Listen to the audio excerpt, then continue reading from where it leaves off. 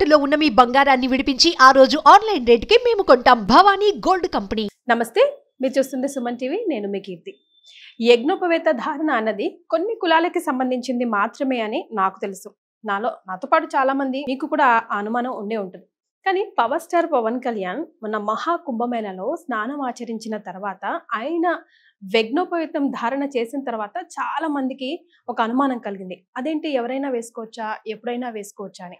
అసలు ఎప్పుడు వేసుకోవాలి, ఎందుకు వేసుకోవాలి, ఆయన ఎందుకు వేసుకోవాల్సి వచ్చింది అనే విషయాలని మనతో కులంకుశంగా చర్చించి ధర్మ మార్గంలో మనల్ని నడిపించడానికి మనతో పాటు ప్రముఖ ఆస్ట్రాలజర్ బ్రహ్మశ్రీ నందిబట్ల శ్రీహరి శర్మ గురువు గారు ఉన్నారు.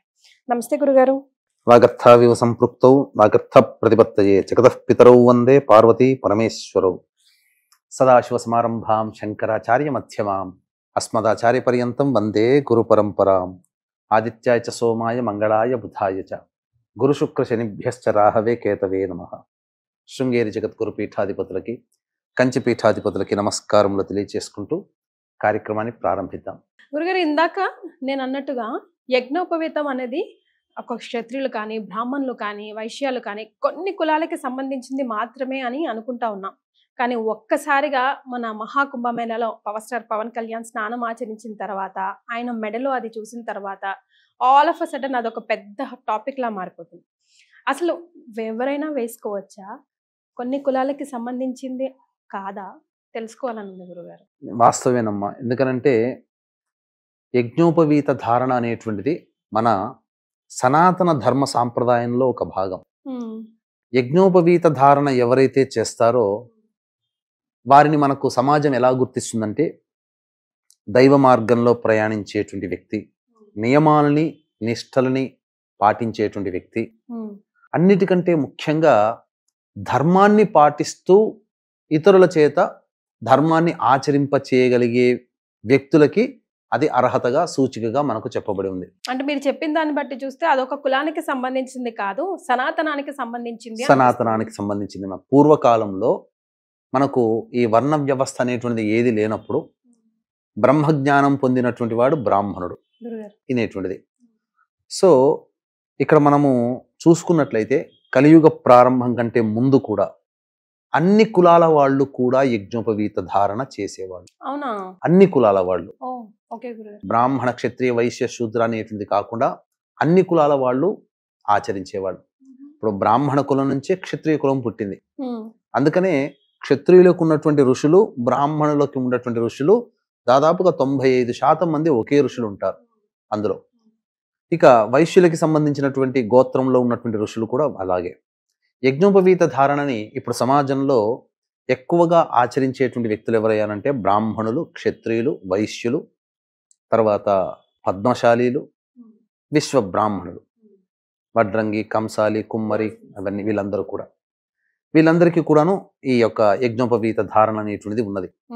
ఇప్పుడు మీరు అన్నట్టుగా మనం చూసినట్లయితే ఈ చెప్పినటువంటి వర్ణ వ్యవస్థకి సంబంధం లేనటువంటి పవన్ కళ్యాణ్ గారు ఈ కేవలం ఇప్పుడు కుంభమేళాలో మీరు చూస్తున్నారేమో తెలిసి వచ్చింది. కానీ ఎలక్షన్స్ కంటే ముందు కూడా పూజాది కార్యక్రమాలు చేసేటప్పుడు యజ్ఞోపవీత ధారణ ఉన్నటువంటి ఫోటోలు అనేటువంటి చూసాం. అప్పుడే సందేహం కలిగింది. అసంటే సందేహం అంటే ధారణ చేయవచ్చా లేదా అనేటువంటిది కాదు, అక్కడ నియమం అనేటువంటిది ఉందా, ఎవరైనా చేయవచ్చా అన్నప్పుడు మాత్రం మనకు శాస్త్ర ప్రకారం చూసుకున్నట్లయితే ఒకప్పుడు అందరికీ నియమం ఉండేది. రాను రాను ఏమైపోయిందనంటే ఈ యజ్ఞోపవీత ధారణ చేసినప్పుడు కొన్ని నియమాలు అనేటువంటివి పాటించాలి. ఏంటి గురుగారు? ధర్మానికి కట్టుబడి ఉండాలి, మంచి స్థానంగా ఉండాలి, మంచిని బోధించాలి, మంచి చేయాలి. అంతేకాకుండా కొన్ని నియమాలను అన్నాం కదా, పూజాది కార్యక్రమాలు కావచ్చు, నిత్య నైమిత్తిక కర్మల్లో నిత్యము దేవతా ఆరాధనలో ఉండాల్సినటువంటి పరిస్థితులు కొంతమందికి నచ్చకపోయేటివి. అందుకని దాన్ని త్యజించారు. అందువల్ల ఇప్పుడు అందరికీ చెప్పుకుంటే మొత్తం మనకున్నటువంటి అన్ని కులాల్లో పైనుంచి కింది వరకు ఉన్నటువంటి అన్ని కులాల్లో కూడా ఈ యొక్క యజ్ఞోపవీత ధారణ ఉన్నది అనేటువంటిది విషయం మాత్రం సుస్పష్టం, అందులో సందేహం లేదు.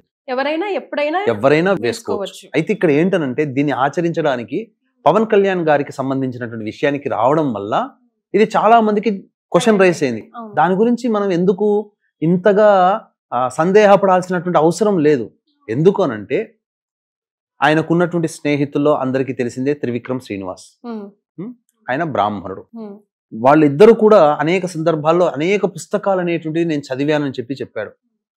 ఆ పుస్తకాల్లో అనేక తార్కికమైనటువంటివి, వేదాంతపరమైనటువంటి, ఆధ్యాత్మికపరమైనటువంటి గ్రంథాలను చదవడం, తద్వారా ఈ అంశం యొక్క ఆలోచన ఎక్కడో ఒక చోట రావడం, తద్వారా దీనికి సంబంధించినటువంటి చూసుకున్నప్పుడు అందరూ ఆచరించవచ్చు అనేటువంటిది.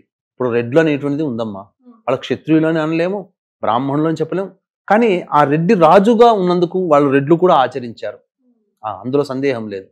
దీన్ని యొక్క విధానం వల్ల ఏంటంటే ప్రపంచానికి కూడా తెలియాల్సిన అంశం ఏంటంటే దైవ ఆరాధన, దైవానికి కట్టుబడి ఉండి ధర్మరక్షకుడుగా ఉన్నటువంటి వాడు ఖచ్చితంగా యజ్ఞోపవీత ధారణ చేయాల్సిందే.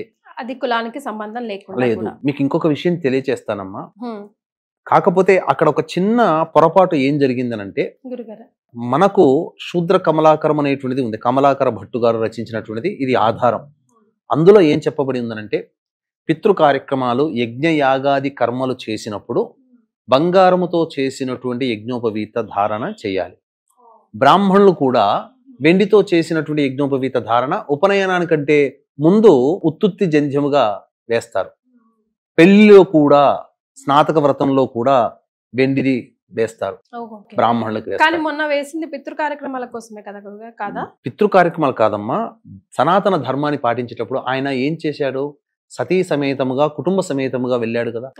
స్నానం ఆచరించేటప్పుడు శాస్త్ర ప్రకారం ఏ విధంగా చేయాలో ఆ విధంగా చేశాడు. ఇప్పుడు చాలా మందికి ఇప్పుడు పితృ కార్యక్రమాలు చేసేటప్పుడు కండువనే ఉత్తరీయంగా వేయించి చేయిస్తారు బ్రాహ్మణులు ఎక్కడైనా కానీ.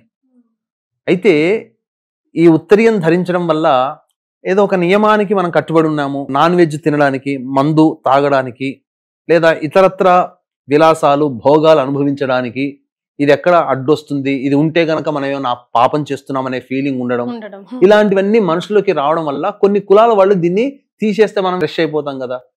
ఏ రకంగా మనకు ఇంకా ఆ ఫీలింగ్, భావన, చెడు భావన అనేటువంటిది ఉండదు కదా అని చెప్పేసి కొన్ని కులాల వాళ్ళు త్యజించారు. అది కలియుగం ప్రారంభంలో ప్రతి వాళ్ళు కూడా వేసుకోవచ్చు. అంటే ఎవరు వేసుకోవచ్చు, ఇటువంటి మద్య మాంసములన్నీ వదిలివేసి దైవత ఆరాధనకి కట్టుబడి ఉండి నిత్యము దేవతా ఆరాధన చేసినటువంటి వ్యక్తులు వేసుకొని, అసలు దేవతా పూజలు, యజ్ఞ యాగాది క్రతువులు చేయాలంటే యజ్ఞోపవీతం ఉండాలి. దేవతా శక్తి రావాలి అని అంటే యజ్ఞోపవీత ధారణ, గోష్పాదం అంటే పిలక, ఇవన్నీ పెట్టుకోవాలి. అప్పుడే దేవతని యొక్క అనుగ్రహం అనేటువంటిది కలుగుతుంది. గురుగారు, మరి ఎటువైపు వేసుకోవాలి, ఎన్ని పోగులు వేసుకోవాలి, దానికి సంబంధించిన నియమాలు కూడా ఒక్కొక్కరికి ఒక రకంగా ఉంటాయంటారా? ఎవరికైనా బ్రహ్మచారిగా ఉన్న వారికి 3 పోగులు కలిపితే ఒక జంధ్యమమ్మ, అది వేసుకోవచ్చు. రెండవది ఏంటి, గృహస్థాశ్రమం, స్త్రీ వివాహమైన వాళ్ళు 2 జంధ్యాలు వేసుకోవాలి. 3 వేసుకుంటారు, ఎందుకంటే ఉత్తరీయం అనక మనిషి ఏ పని చేసినా, ధర్మ కార్యాలు చేసినా ఏదైనా ఉత్తరీయం అనేది ఉండాలి. అందుకని ఈ కాలంలో కూడా ఇప్పటికీ కూడా అన్ని కులస్తుల వాళ్ళు ఏదైనా పుణ్యకార్యాలు చేసేటప్పుడు ఉత్తరీయంగా టవలో ఏదో ఒకటి వేసుకుంటారు, బట్ట, అది ఉత్తరీయంగానే భావిస్తారు. పుణ్య కార్యక్రమాలు చేసేటప్పుడు, ఆ పితృ కార్యక్రమాలు చేసేటప్పుడు మనకు సంబంధించి సవ్యము, అపసవ్యం అనేటువంటిది ఉంటుంది. ఇప్పుడు ఎవరు వేసినా ఎడం వైపు నుంచి ఇలా కుడి వైపుకి వస్తుంది, అది యజ్ఞయాగాది పూజాది కార్యక్రమాలు చేయడానికి. బంగారు వేసుకొని ఉంటే ఇంకా శాస్త్రాన్ని పాటించిన వాళ్ళు అయ్యుండేవాళ్ళు పవన్ కళ్యాణ్ వాళ్ళు. ఇప్పుడు పవన్ కళ్యాణ్ గారు చేశారని చెప్పి విమర్శ చేయాల్సిన అవసరం లేదమ్మా. ధర్మరక్షకుడుగా, ధర్మాన్ని పాటించే వ్యక్తిగా, ఆయన కులస్తులలో ఉత్తమమైన పురుషుడుగా యజ్ఞోపవీత ధారణ చేసినప్పుడు గుర్తించాలి, ఉత్తమమైనటువంటి పురుషుడు. మరి చూసుకుంటే పూర్వకాలంలో కలియుగానికంటే ముందు ఆడవాళ్ళకి కూడా యజ్ఞోపవీత ధారణ అనేటువంటిది ఉంది. అవునా గురుగారు? ఆడవాళ్ళు కూడా యజ్ఞోపవీత ధారణ చేసేవాళ్ళు. కాకపోతే వాళ్ళకి సాధారణంగా వచ్చే ఋతుక్రమం అనేటువంటిది ఉంటుంది కదా, నెలసరి, అది ఉండడం వల్ల ఇబ్బందులు అనేటువంటివి ఉంటాయి. కాబట్టి అది అప్పటికైనా దాన్ని ఆచరించేవాళ్ళు. కాకపోతే అది ఆచరించడానికి స్త్రీలకి ఆమోదయోగ్యంగా, అంటే ఎక్కువగా మించినటువంటి శక్తికి మించినటువంటిది అయ్యేది. కాబట్టి ఈ కలియుగం లో ప్రారంభంలో దాన్ని నిషేధించడం అనేటువంటిది జరిగింది. అయితే ఆడవాళ్ళు కూడా అసలు అనుమానం లేకుండా వేసుకోవచ్చు, పూర్వకాలంలో ఉండేది, కానీ కట్టుబడి ఉండాలి ఆ మార్గాలని అనుసరించి. గురుగారు, నేను ఎక్కడో చదివానండి, యజ్ఞోపవీతం ధారణ చేయడం వల్ల చాలా వరకు హెల్త్ బెనిఫిట్స్ ఉంటాయి అని చెప్పేసి. నిజమేనా? ఎలాంటి హెల్త్ బెనిఫిట్స్? అంటే ఒక పోగులు వేసుకున్నంత మాత్రాన హెల్త్ బెనిఫిట్స్ ఎలా వస్తాయి? మీకు మన పూర్వీకులు పెట్టినటువంటి ఆచారాల్లో స్త్రీలకి గాజులు కానీ, మెట్టెలు కానీ, చెవులకి ఇవన్నీ బ్రాహ్మణులకి చెవులకి కుడతారు. దీనివల్ల ఆరోగ్యం అనేటువంటిది రక్షింపబడి ఉండేది. ఇప్పుడు ఫ్యాషన్ గా మారిపోయింది ఒక పోగు పెట్టుకోవడం అనేటువంటి. మగవాళ్ళు పూర్వకాలంలో 2 పోగులు పెట్టుకునేవాళ్ళు. మాకు చిన్నప్పుడు ఉపనయనం చేసినప్పుడు మాకు ఇక్కడ 2 పోగులు వేశారు. ఇప్పటికీ రంధ్రాలు ఉంటాయి మాకు. ఎలాంటి హెల్త్ బెనిఫిట్స్ ఉంటాయి గురుగారు? దీనివల్ల నాడీ సంబంధమైనటువంటి దోషాలు పోతాయమ్మా. ముఖ్యంగా యజ్ఞోపవీత ధారణ చేయడం వల్ల, ఒకప్పుడు యజ్ఞోపవీతాన్ని జనప నారతో చేసేవాళ్ళు, పత్తితో కాదు. అది ఉండడం వల్ల ఈ గుండెకి సంబంధించి ఈ విధంగా వస్తుంది కదమ్మా. ఇక్కడ మనకు తెలియని నాడులు అనేటువంటివి ఉంటాయి. ఆ గుండెకి రాపిడి జరగడం వల్ల హృద్రోగాల బారిన పడకుండా మన గుండె చక్కగా ఉండేది. ఇంకొకటి ప్రధానంగా ఇది శౌచముని పాటించేటప్పుడు, అనగా మలమూత్ర విసర్జన చేసేటప్పుడు కుడివైపుకి 2 చుట్లు చుట్టేవాళ్ళు. దీనివల్ల జరిగేటువంటిది 2 ప్రయోజనాలు ఏంటనంటే, ప్రధానంగా మలమూత్ర విసర్జన చేసేటప్పుడు సాఫీగా జరగాలి, ఎటువంటి అడ్డంకి రావు, ఆ నాడిని ప్రేరేపించేది. అందుకని ఇప్పటికి కూడా డాక్టర్లు ఏం చెప్తారు, మలమూత్ర విసర్జన చేసేటప్పుడు ఎవరిని కూడా భయపెట్టకూడదని అంటారు. ఎందుకనంటే దానివల్ల కొన్ని రోగములు అనేటువంటి తెలియకుండానే శరీరంలో వస్తాయి. కాబట్టి ఆ విధమైనటువంటి లోపం అనేటువంటిది లేకుండా ఉంటుంది. ఇంకొకటి ఏంటంటే, కుడివైపుకి 2 చుట్లు చుట్టి మలమూత్ర విసర్జన చేయడం ద్వారా ఏమవుతుందనంటే సూర్యనాడి అనేటువంటిది ప్రచోదితం అవుతుంది. దానివల్ల ఆరోగ్యం, సూర్యనాడి ప్రచోదితం అవడం వల్ల శరీరంలో వేడి ఉష్ణం పెరగడం, ఆరోగ్య ప్రదాత, అదొకటి. ఇంకొకటి ఇటువంటివి పాటిస్తున్నప్పుడు ఏంటంటే మనిషిలో అంతర్గతంగా నేను ఆచారాన్ని పాటిస్తున్నాననే భావన. ఎందుకంటే యజ్ఞోపవీత ధారణ అంటే ఆషామాషి కాదం, ఒక ధర్మానికి కట్టుబడి ఉండడం. ఒక ధర్మానికి కట్టుబడి ఉండడం అంటే పవన్ కళ్యాణ్ గారు చేశారు అని చెప్పడంలో ఏమాత్రము తప్పు లేదమ్మా. ఎందుకనంటే ఆయన త్రివిక్రమ్ శ్రీనివాసరావు గారి ప్రేరణ వల్ల కావచ్చు, ఆ విధంగా యజ్ఞోపవీత ధారణ అనేటువంటిది చేయడం జరిగింది. అంటే ఆయన ఒక దీక్షలో ఉన్నాడు. దీక్షలో ఉండేటువంటి వ్యక్తి నియమాన్ని పాటించాలి, నియమాన్ని పాటిస్తున్నాను అని చెప్పే సూచనే యజ్ఞోపవీత ధారణ. ఇప్పుడు మీరు ఆయన సాధారణంగా పోలేదు కదా, ఏదో ఒక దీక్షలో ఉండేటువంటి కాకి వస్త్రాలు, మన కాకి ప్యాంట్లు అని అంటాం, అది ఏంటి, అదొక రకమైనటువంటి పేల్ ఎల్లో కలర్, అది గంధం కలర్ లాగా వేశారు. అంటే ఏంటి, ఒక సేవకుడిని సూచించేటువంటిది అది. మరి కొన్ని సందర్భాల్లో మనం చూసాము, జగన్మోహన్ రెడ్డి గారిని విశాఖ శారదా పీఠాధిపతి మన హరిద్వార్లో హిందుత్వాన్ని స్వీకరింపచేశారని చెప్పి ఆ సమయంలో కూడా యజ్ఞోపవీత ధారణ అనేటువంటిది చేసి ఉన్నారు. లేకపోతే నీకు ధర్మానికి ప్రతీక, దైవత్వానికి ప్రతీక యజ్ఞోపవీత ధారణ. అవి లేకపోతే అది దైవం అనేటువంటిది మనకు ఆపాదించబడదు. నేను దేవతా పూజలో ఉన్నాను, నేను ఒక ధర్మానికి కట్టుబడి ఉన్నాను, ఒక ధర్మాన్ని రక్షించడానికి నేను సిద్ధమై ఉన్నాను చెప్పే సూచనే యజ్ఞోపవీత ధారణ. ఆషామాషి ఇప్పుడు బ్రాహ్మణుల్లో కూడా యజ్ఞోపవీతం అంటే తీసి పక్కకు పడేస్తున్నారు. చాలా మంది క్షత్రియులు తీసి పడేస్తున్నారు, వైశ్యులు తీసి పడేస్తున్నారు. అసలు యజ్ఞోపవీత ధారణ చేయని వాళ్లే ఉన్నారు. ఒక రకంగా చెప్పాలి అంటే యజ్ఞోపవీత ధారణ చేశాడు అంటే త్రికాలములలో దేవతా ఆరాధన చెయ్యాలి. బ్రాహ్మణుడికి చెప్పినందుకు సంధ్యావందనం, మిగతా వర్ణాల వాళ్ళకి చెప్పినటువంటి విధానంగా చెయ్యాలి. ఇప్పుడు అటువంటివి ఏమీ ఆచరించకుండా బ్రాహ్మణ కులంలో పుట్టి బ్రాహ్మణ బంధువులుగా పిలువబడుతున్నారు వాళ్ళు. మరి అంతకన్నా ఆయన ఏమీ తప్పు చేయలేదు కదా. పవన్ కళ్యాణ్ గారు ఏం తప్పు చేశారు? ఈ రకంగా చాలా మంది ట్రోల్ చేస్తున్నారు. అంటే మన ధర్మాన్ని పాటిస్తున్నా కూడా, అంటే ఒక హిందువుగా పుట్టి హిందూ ధర్మంలో భాగమైనటువంటి యజ్ఞోపవీత ధారణని చేస్తే తప్పు పట్టి ఇంకా కూడా కుల వివక్ష ఉంది మన సమాజంలోని వేలెత్తి ఇండైరెక్ట్ గా చూపిస్తున్నారు.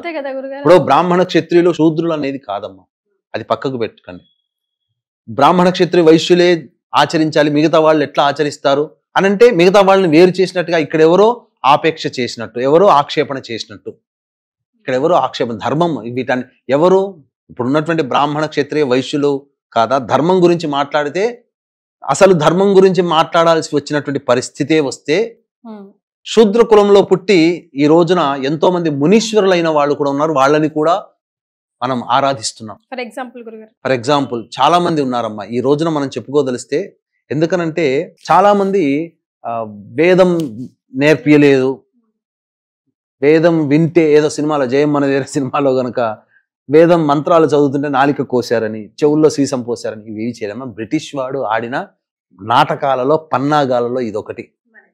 పూర్వకాలంలో ఇప్పటికీ కూడా, ఎందుకనంటే మన ప్రసార మాధ్యమం ద్వారానైనా కానీ కొన్ని నియమాలు అనేటువంటివి తెలియాలి. గురుగారు, మన వేదాలలో శూద్రులుగా పుట్టి బ్రాహ్మణులుగా మారిన వాళ్ళు ఎవరైనా ఉన్నారా? చాలా మంది ఇదే చెప్తుంటుంటారమ్మా.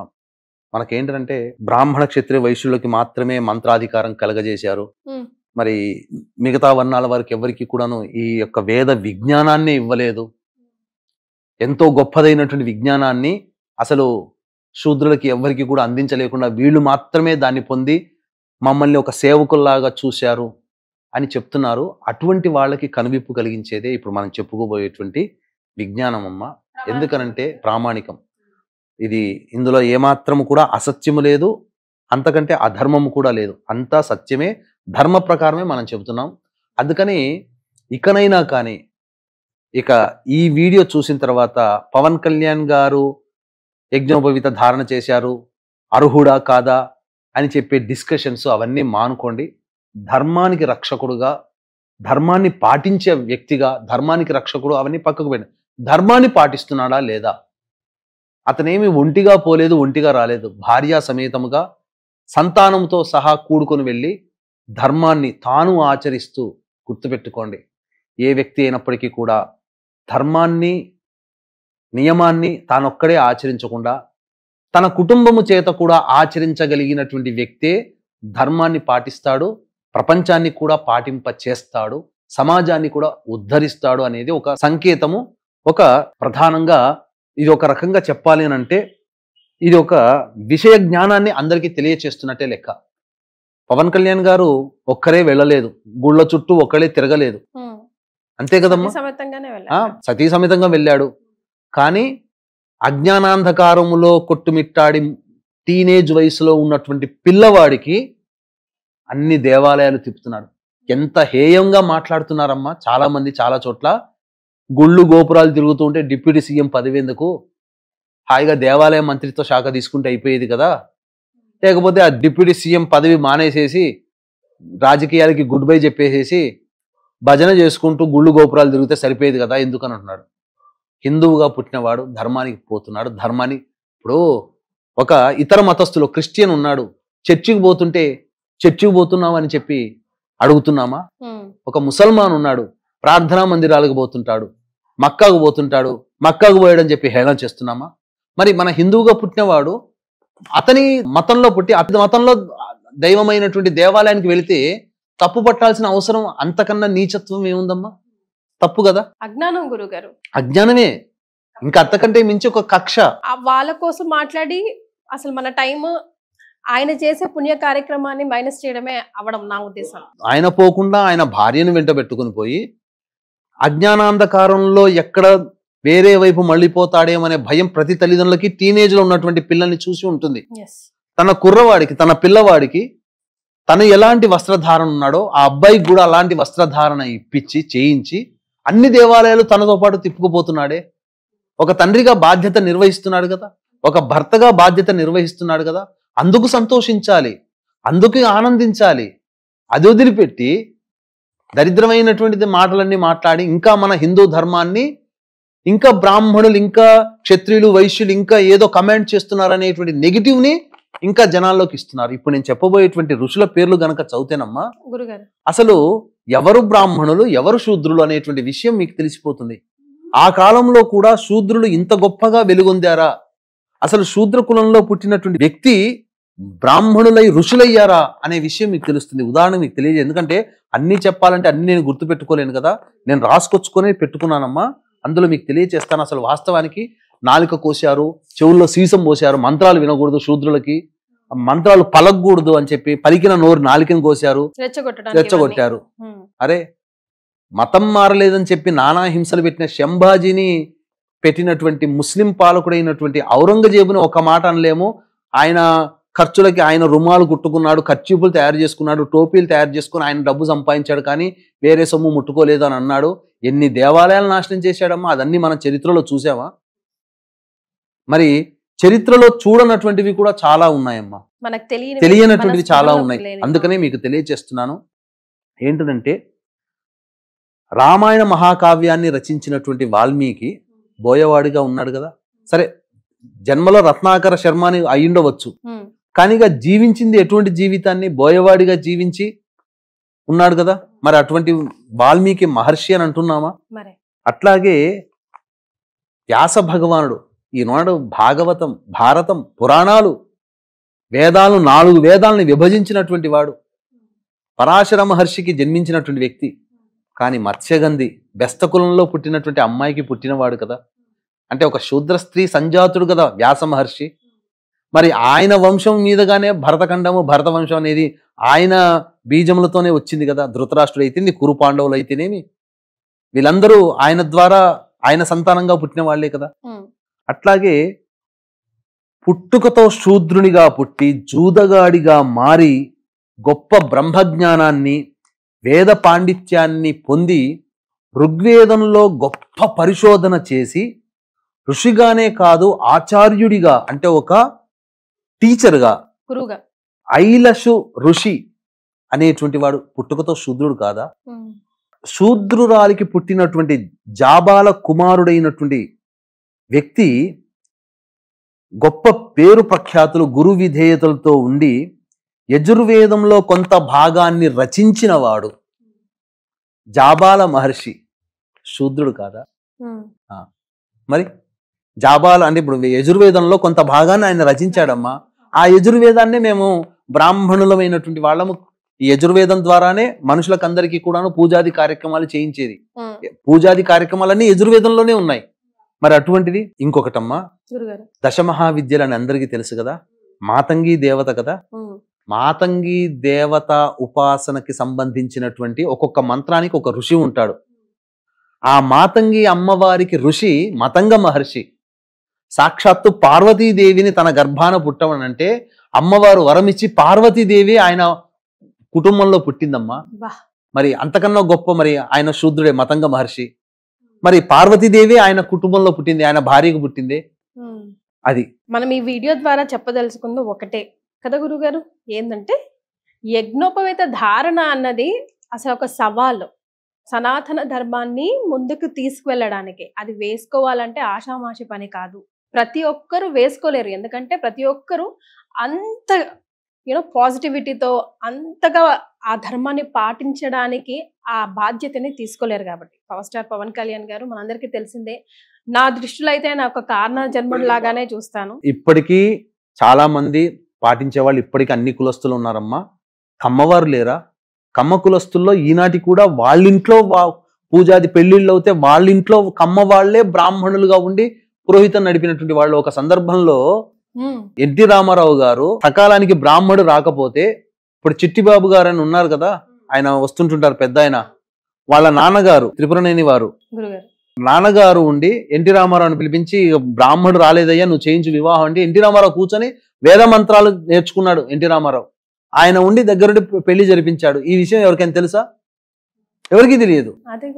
ఇవన్నీ కూడా ప్రతి కులస్తుల్లో ఉన్న ధర్మాన్ని ఇప్పటికీ కూడా యజ్ఞోపవీత ధారణ ఎవరైనా చేయొచ్చు. కాకపోతే ఒక ధర్మాన్ని పాటిస్తూ జీవితాంతం ధర్మాన్ని కట్టుబడి ఉండాలి. అది అంటే మద్య మాంసాలు వదిలేయాలి. వదిలేయగలిగే ఉంటుందా? ఆదివారం రాగానే నాలిక తిరగబడిపోతుంటది. అంటే ఇక్కడ మనము తప్పుపడుతున్నట్టని కాదు, అసలు తినకూడనటువంటి రోజే ఆదివారం. ఆదివారం రోజునే ఇంక అసలు పొద్దుగూకకు ముందే షాపుల ముందు నిలబడుతుంటాం మనం. చాలా తప్పమ్మా. అంటే మాంసాహారం తినే వాళ్ళని విమర్శన చేయడం కాదు ఇక్కడ.